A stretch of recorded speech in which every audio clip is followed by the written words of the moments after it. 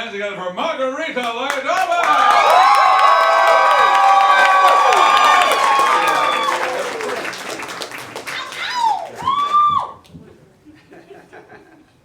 Hello, everyone. Thanks for coming out. Look at all of you. I am not Laura Patton.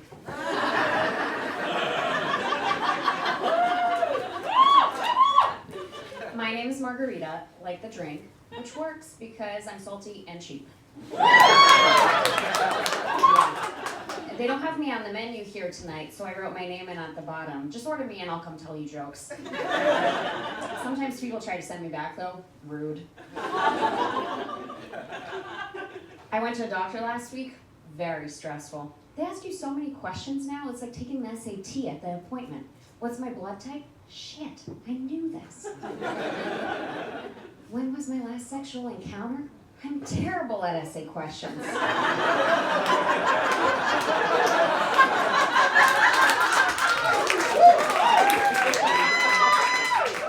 There is one type of doctor that is different in this regard, and that's the Russian doctor.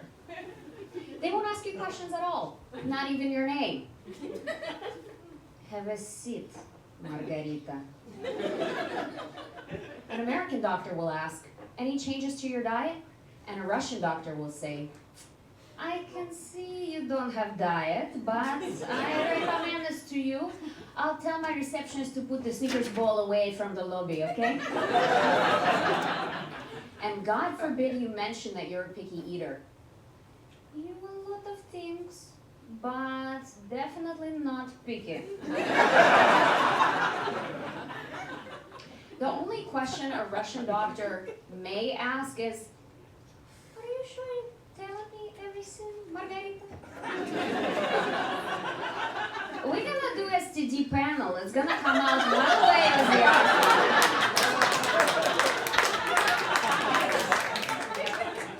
And I'm Russian. So they speak to me in Russian, which sounds like this. Вам обязательно нужно протестироваться на chlamydia.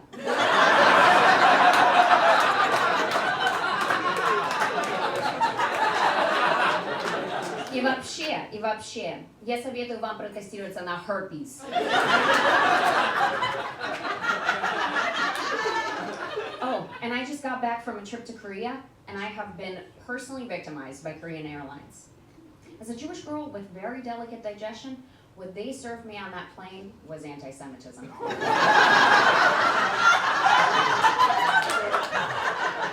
That kimchi was a hate crime. And the souvenir I left with was a burning asshole. Whenever I fly, I always get the middle seat. I think it's just my karma. The airlines are expecting you to pay for aisle window seats now. It's ridiculous. For free, I can sit between a child coated in boogers and a man who takes his shoes off for the flight. It smells so bad that the oxygen masks come down.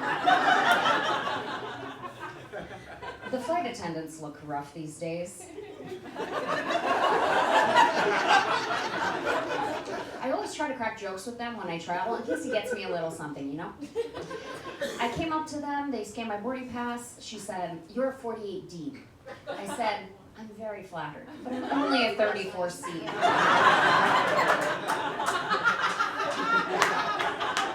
She rolled her eyes at me. She had such a superiority complex, and I don't know why. They make her wear shoes that look like they came from Anne Frank's closet.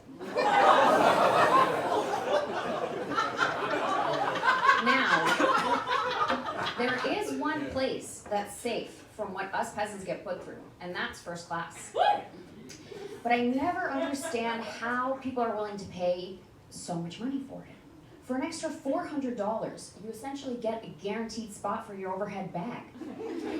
So my question is, what is in those bags? Is it more designer bags? Is it Ozempic? Is it the money the US needs for affordable health care? Like, what's in there? And if you think about it, there's a difference of like 3 inches between economy seats and first class. If I'm paying $400, I want 6 inches, minimum. And I want flight attendant Anne Frank rubbing my feet.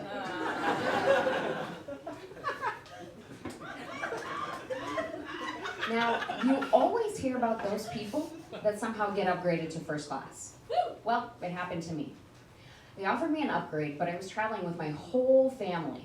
The flight attendant came up to me, she was so apologetic. Margarita, we got you this upgrade, but we only have one seat, and we see that you're traveling with your own. I accept. In the audience here, if you got upgraded, would you leave the people you're with behind? Clap if yes.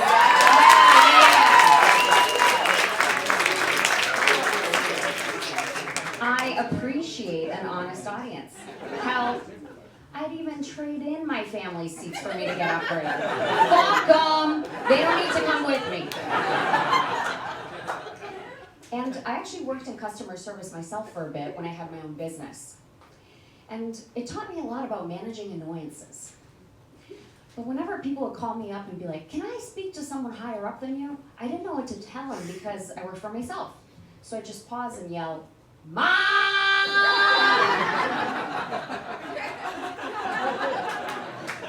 And speaking of jobs, in this market, people have really started overcompensating on their resumes.